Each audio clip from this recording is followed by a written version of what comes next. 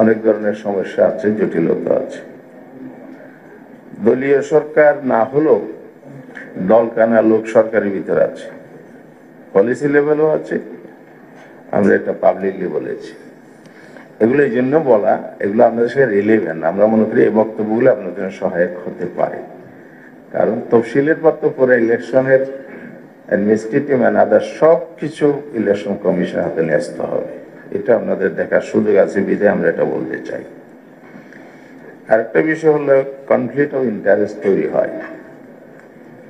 এক্ষেত্রে আমরা কিছু সাজেশন বিভিন্ন সময় আপনাদেরকে দিয়েছি। এই গভর্নমেন্টের যারা বেনিফিশিয়ারি, তারা যেন নেক্সট গভর্নমেন্টের সাথে কোনো আন্ডারস্ট্যান্ডিং এর ভিত্তিতে বেনিফিট নেওয়ার আশ্বস্ত হতে না পারে, এই রাস্তাগুলো বন্ধ করতে হবে। এর জন্য আমরা পাবলিক কমিটমেন্টের দাবি করেছি। আমরা যদি এই কি পয়েন্টে যারা দায়িত্ব পালন করবেন, সরকার এবং কমিশন সহ আদার এক্সিকিউটিভ লেভেলে এই ধরনের কোনো ছিদ্র যদি থেকে যায়, তাহলে ইলেকশন প্রভাবিত হবে। কারণ এখানে বিভিন্ন দলকে তুষ্ট করার জন্য এটা হইতে পারে।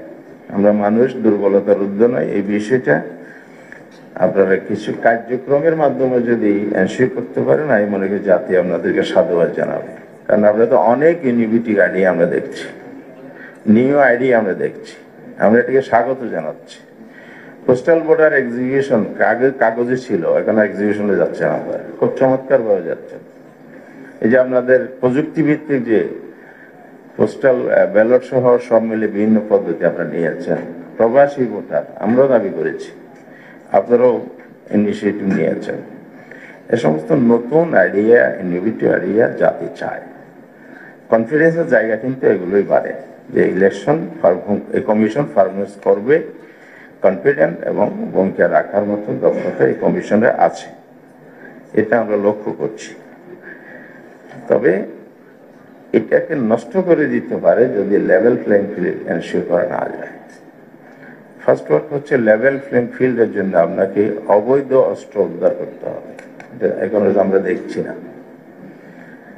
এবং প্রি ইলেকশন কিন্তু একটা এনভায়রনমেন্টের কথা আমরা আপনাদের দৃষ্টি আকর্ষণ করেছি। আগেই যদি পরিবেশটা নষ্ট হয়, তার ধারাবাহিকতায় আপনার তফসিলে যদি 1 মাস সময় দেন বা যা দেন, তাহলে এই অল্প সময় কিছু করা যাবে না। এই জন্য ইলেকশন কমিশনের দায়িত্বে না থাকলেও, পাওয়ারের মধ্যে না থাকলেও গভর্নমেন্টের সাথে সমন্বয় করে কিন্তু এই পরিবেশটা তৈরি করা যায়। এখন হলো এলাকায় এলাকায় এগুলো নানা ধরনের ঘটনা ঘটছে।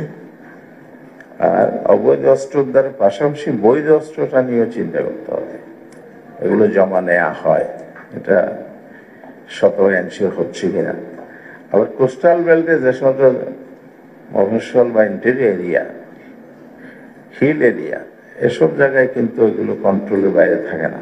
এখানে অবৈধ অস্ত্র কিন্তু উদ্ধার করাও যায় না, এবং উদ্ধারের নামে কিছু হয় অভিযান, সেগুলো আবার তারা সুযোগ নেয়, বৈধ অস্ত্রগুলো জমা হয়ে যায়, অবৈধ অস্ত্রধারীরা তখন আরো বেশি উৎসাহিত হয় অকারেন্স করার ক্ষেত্রে।